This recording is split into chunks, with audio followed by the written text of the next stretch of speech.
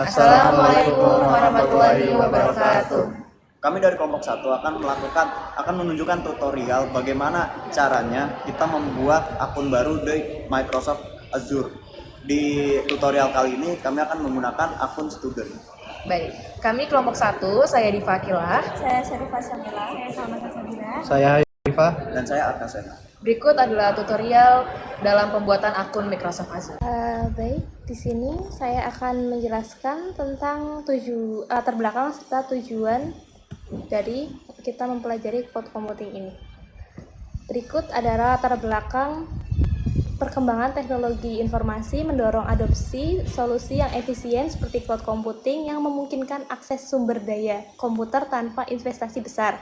Pemahaman konsep, karakteristik, dan model layanannya penting bagi bisnis dan individu. Tujuannya adalah untuk memahami konsep dan karakteristik cloud computing. Yang kedua adalah menganalisis perbedaan model layanan dan deployment. Yang ketiga adalah menerapkan pengetahuan melalui studi kasus dan simulasi. Selanjutnya adalah pengertian cloud computing itu sendiri. Pengertiannya, cloud computing menurut National Institute of Standard and Technology, cloud computing adalah model yang memungkinkan akses yang nyaman dan sesuai permintaan ke sekumpulan sumber daya komputasi yang dapat dikonfigurasi, misalnya jaringan, server, penyimpanan, aplikasi, dan layanan yang dapat dengan cepat disediakan dan dirilis dengan upaya manajemen minimal atau interaksi penyedia layanan. Selanjutnya untuk 5 karakteristik cloud computing yaitu yang pertama ada on-demand self-service.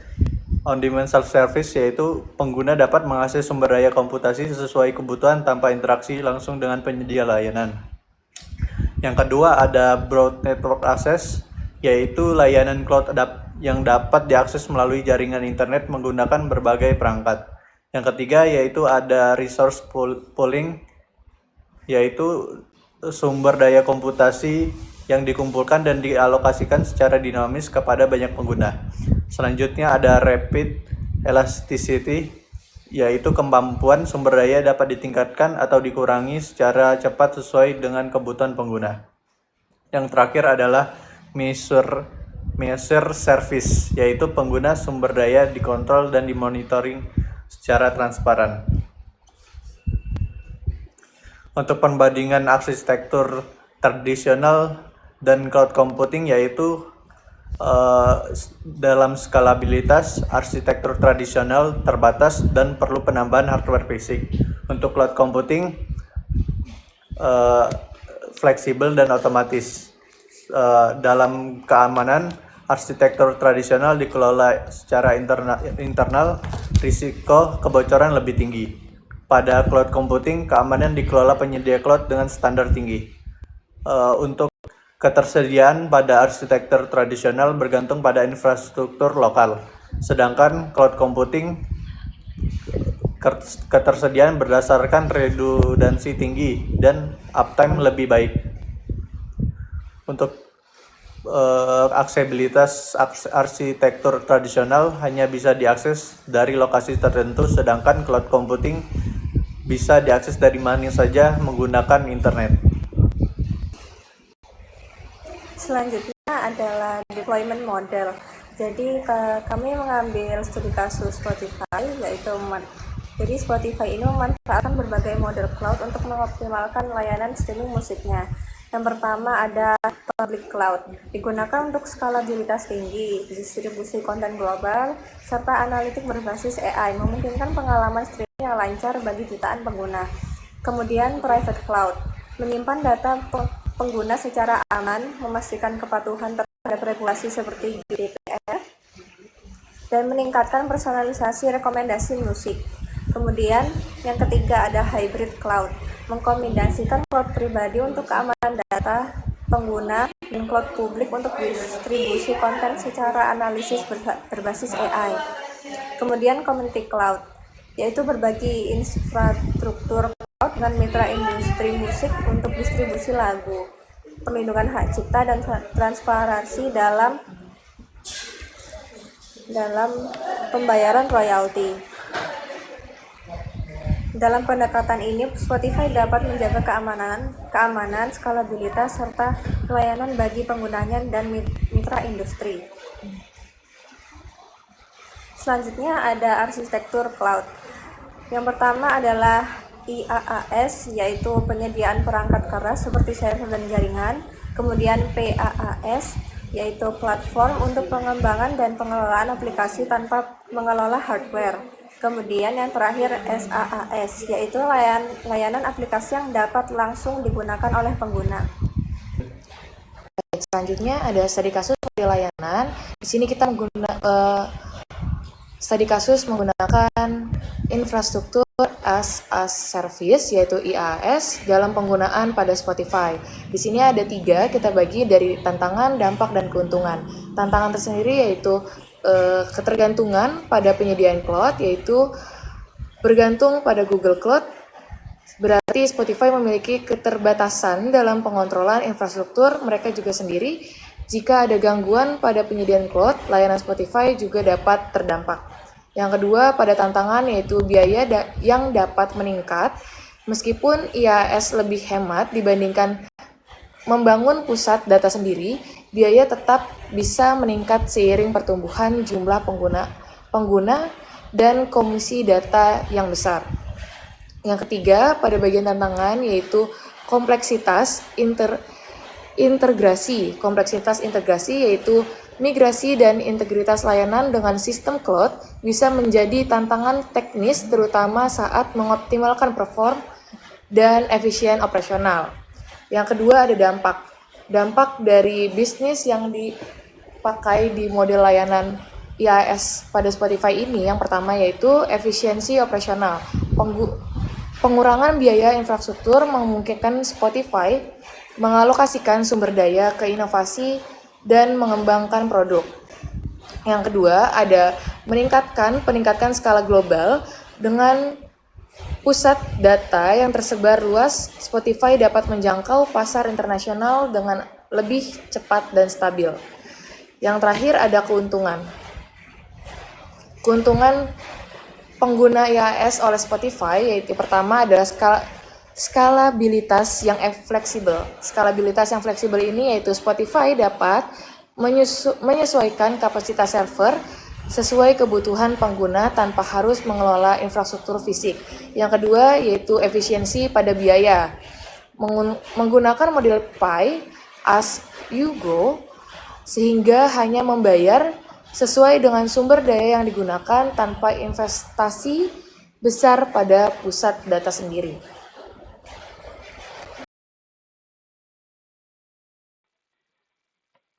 Kali ini saya akan menunjukkan bagaimana caranya kita membuka akun baru di Microsoft Azure for Student.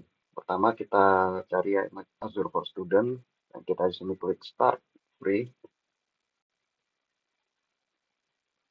Kita melakukan prosesi sign up ya.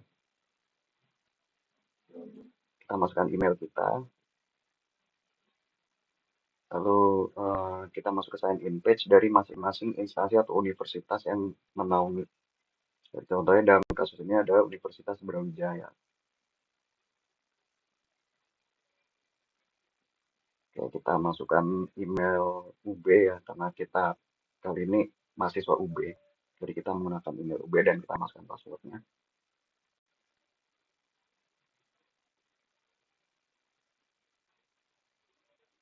Kita klik sign in. Oke, ini kita klik next aja. Ya.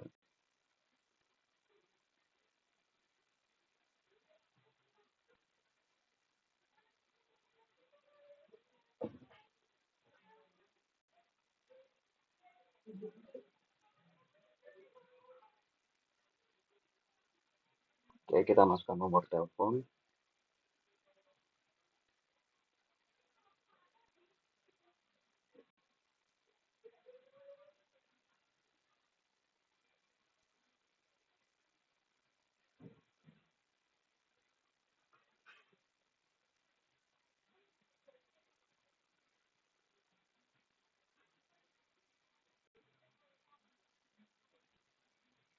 Oke, Setelah nomor telepon masuk, kita ganti ya, ini karena tadi United States, kita ubah jadi Indonesia. Kita klik.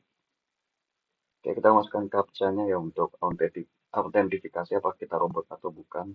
Kita ikutin aja sini yang sesuai dengan tertera. Kita klik next. Nah, kita masukkan kode yang kita dapat dari SMS ya, dari Microsoft, kode OTP.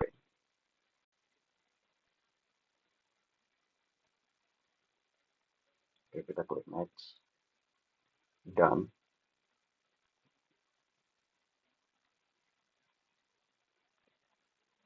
Nah, kita bisa untuk stay sign in supaya kita nggak perlu ribet lagi masukin password dan email bla bla bla. Sekarang loading.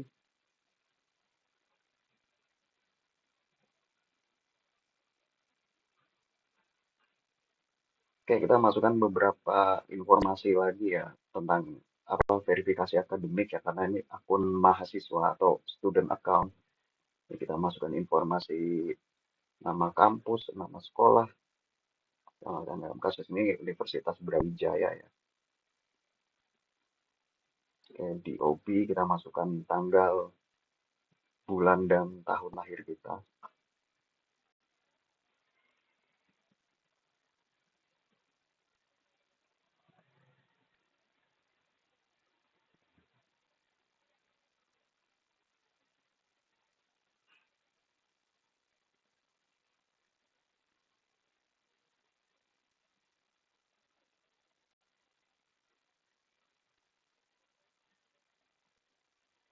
Oke, Maret.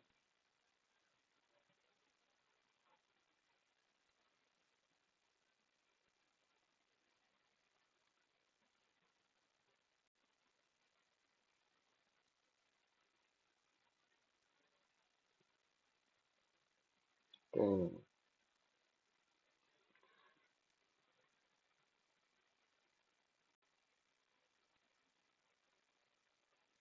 selanjutnya kita klik next.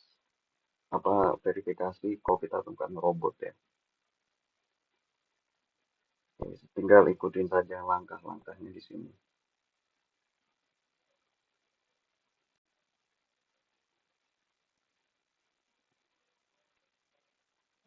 Oke, verifikasi selesai. Kita klik verify academic status. Kita verifikasi akademik.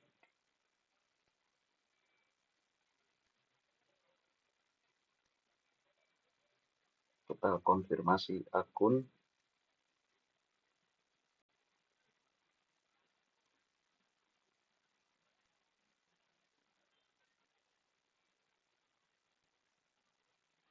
Oke, di sini kita masukkan lagi ya beberapa informasi seperti nama pertama, nama tengah, nama awal, nama tengah, dan nama akhir.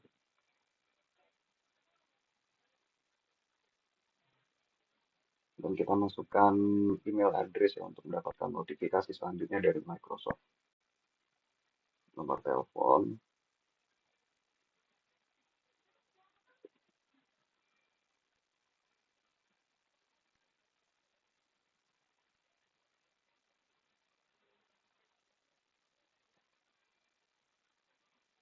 Dan PWP kalau misalnya kita memiliki. Sekarang kita masukkan address line atau alamat kita, alamat tempat tinggal kita.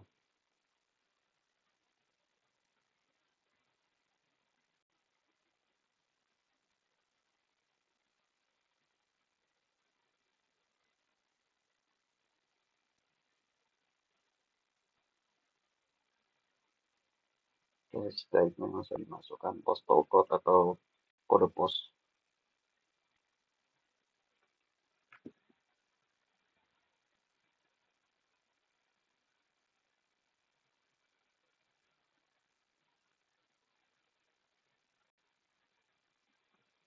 Oke, dan sekarang kita checklist ya untuk ketiga box itu. Dan kita klik sign up.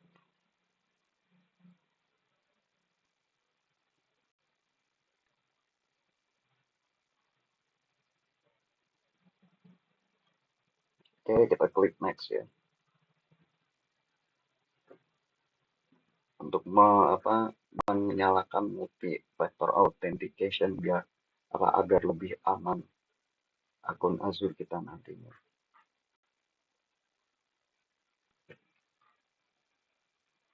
Oke, sekarang kita masukin lagi ya OTP kode OTP yang dikirim melalui SMS kita.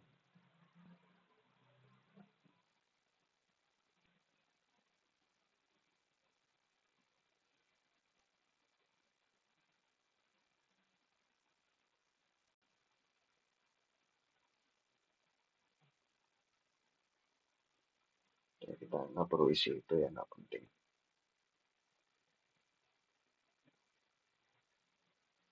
Oke, baik, kita sudah berhasil membuka akun di Microsoft Azure dengan menggunakan akun student ya.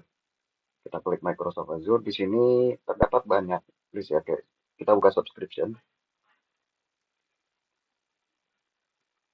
Azure for Student kita di situ ada ya subscription ID apa.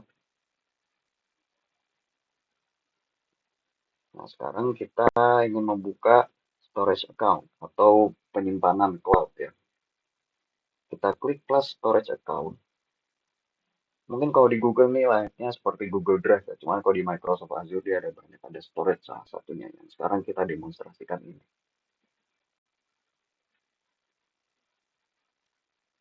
Oke, kita masukkan ya ini semua data, create new, resource groupnya apa.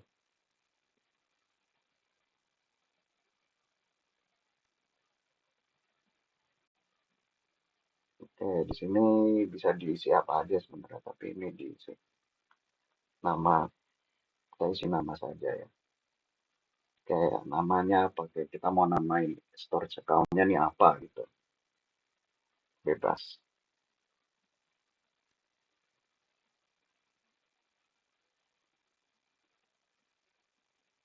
Nah, cuman kalau di Microsoft Azure dia tuh ada persyaratannya untuk namanya kayak hanya lowercase letters and numbers atau huruf kecil dan angka-angka dan harus 3 sampai 24 karakter seperti itu. Nggak bisa asal-asalan lah gitu.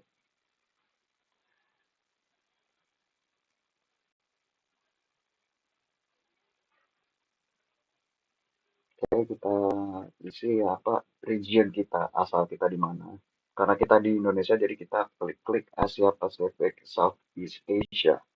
Region itu benua. Kita masukkan Azure Blob Storage or Azure Delta Lake Storage Gen 2, redundancy, dan kita review plus create. Ya, kita review plus create. Oke, review plus create, validation in progress. Nah, ini loading, sabar, sabar aja.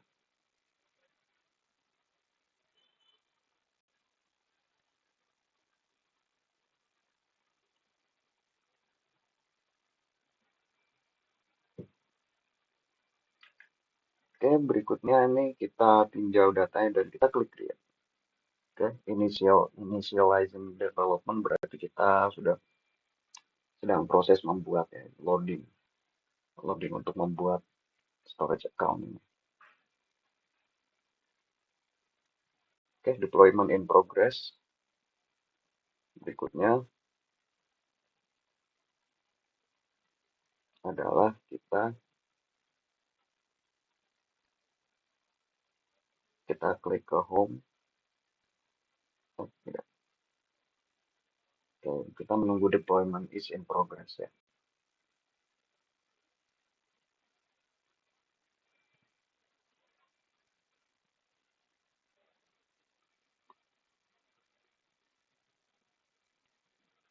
Agak lama, tunggu aja.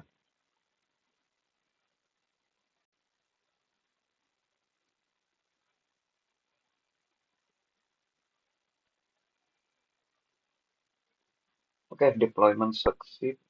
Deployment sudah selesai ya, pembuatan sudah selesai.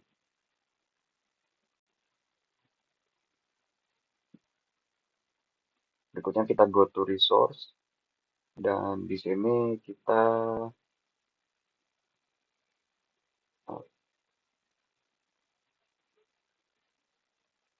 Dan di sini kita akan melakukan static web apps atau membuat web statis ya.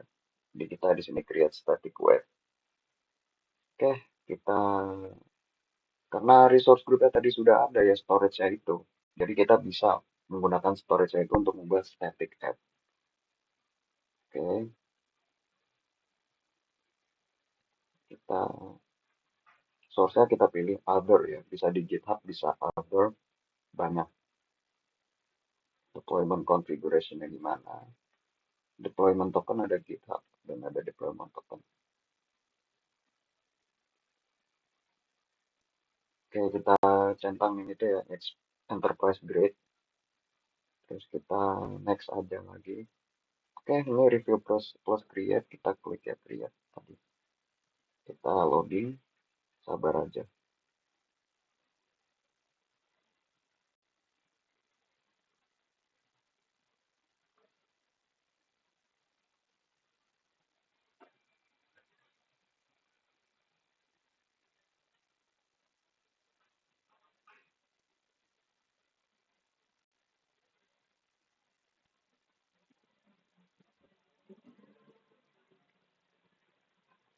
Oke, ini berikut datanya. Review plus create, nah, kita klik create.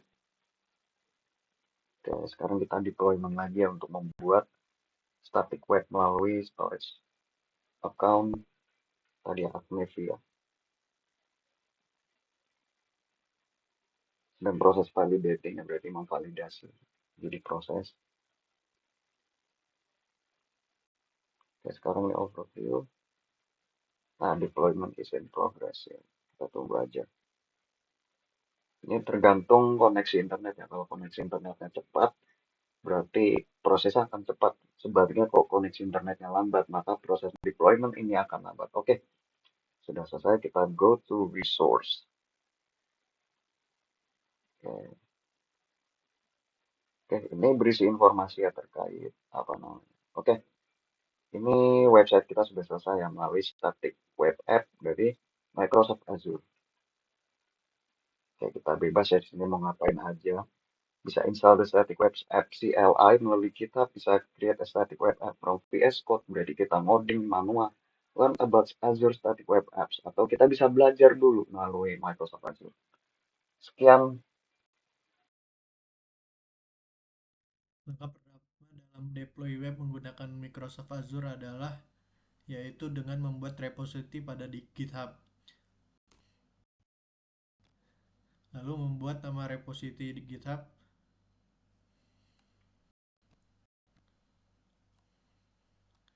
Setelah membuat repository, lalu masukkan folder website yang akan kita deploy.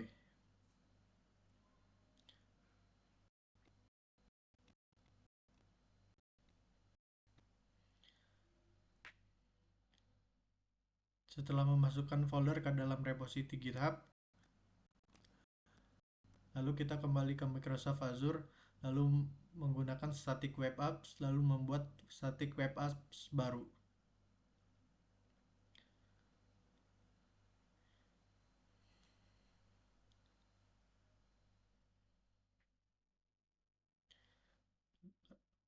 Selanjutnya masukkan nama untuk web statis yang akan digunakan.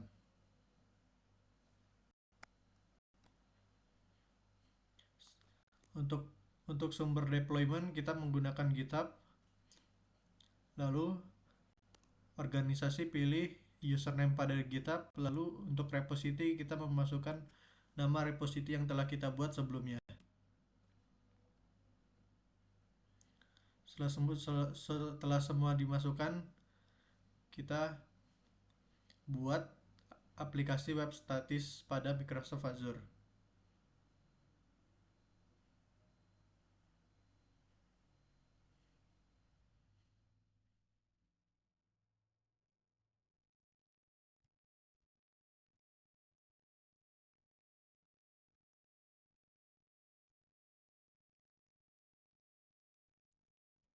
Lalu buka sumber daya dan akan muncul link website yang akan kita deploy. Berikut tampilan website yang kelompok 1 deploy ke dalam Microsoft Azure. Sekian langkah-langkah pembuatan website statis menggunakan website Microsoft Azure.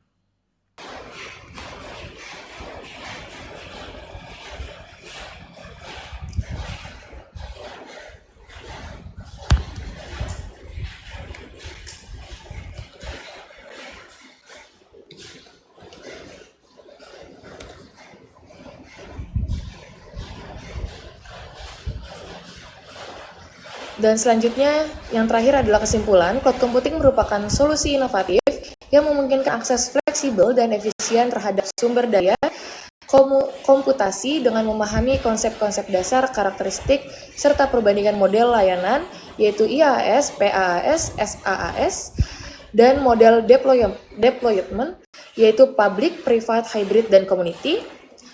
Selanjutnya, organisasi dapat memanfaatkan teknologi ini secara optimal. Studi kasus Spotify menunjukkan bagaimana penggunaan IaaS melalui Google Cloud platform membantu perusahaan dalam mengelola lonjakan trafik, meningkatkan efisiensi biaya, dan fokus pada inovasi.